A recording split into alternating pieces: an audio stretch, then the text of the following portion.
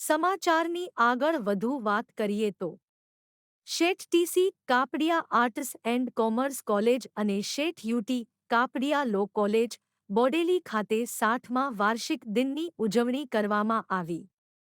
બોડેલીની Shri TC Kapadia arts and commerce college તેમજ UT. Kapadia law college ખાતે 60મા વાર્ષિકોત્સવ ઉમંગ અને ઉત્સાહથી ઉજવાયો. આ કાર્યક્રમમાં મુખ્ય અધ્યક્ષ તરીકે બોડેલી વિભાગ કેળવણી મંડળના પ્રમુખ શ્રી ઉપેન્દ્રસિંહ કાપડિયા, મુખ્ય ઉદ્ઘાટક અને શ્રી ગોવિંદ ગુરુ યુનિવર્સિટી ગોધરાના vice chancellor professor Shri Pratapsinh Chauhan, Shri Mahila arts and commerce college જોશીપુરાના પૂર્વ આચાર્ય ડોક્ટર ધીરજલાલ ગોંડલિયા, મંડળના મંત્રી શ્રી સુમનભાઈ પટેલ, ઉપપ્રમુખ કંચનભાઈ પટેલ, કોલેજના આચાર્ય ડોક્ટર હસમુખ એ કોરાટ, ઘનશ્યામસિંહ વાસદિયા વગેરે ટ્રસ્ટી મંડળના સભ્યો, તમામ હોદ્દેદારો અને અધ્યાપકશ્રી તથા મોટી સંખ્યામાં વિદ્યાર્થી ભાઈ બહેનો ઉપસ્થિત રહ્યા હતા.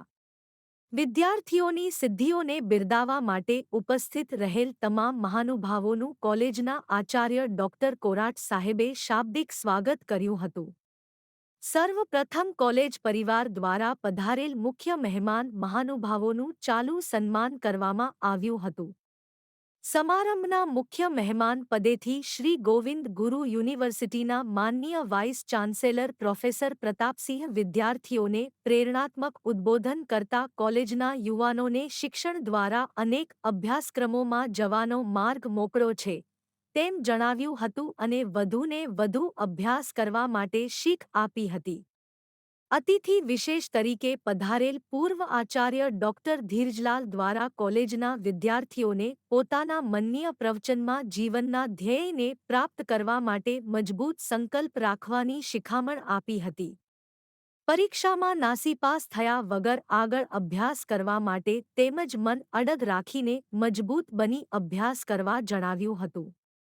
કાર્યક્રમમાં વિવિધ પ્રવૃત્તિઓમાં ભાગ લઈને પ્રથમ આવનાર કોલેજના વિદ્યાર્થી ભાઈ બહેનોને ઇનામ વિતરણ કરવામાં આવ્યું હતું. કાર્યક્રમને અંતે કોલેજના આચાર્ય ડોક્ટર હસમુખભાઈ એ કોરાટ દ્વારા આભાર માનવામાં આવ્યો હતો. સમગ્ર કાર્યક્રમનું સંચાલન કોલેજના ગુજરાતી વિભાગના અધ્યક્ષા ડોક્ટર ધર્મિષ્ઠાબેન રાજપૂતે કર્યું હતું. સંપાદન નટવરભાઈ નટુભાઈ હોટાઉદેર.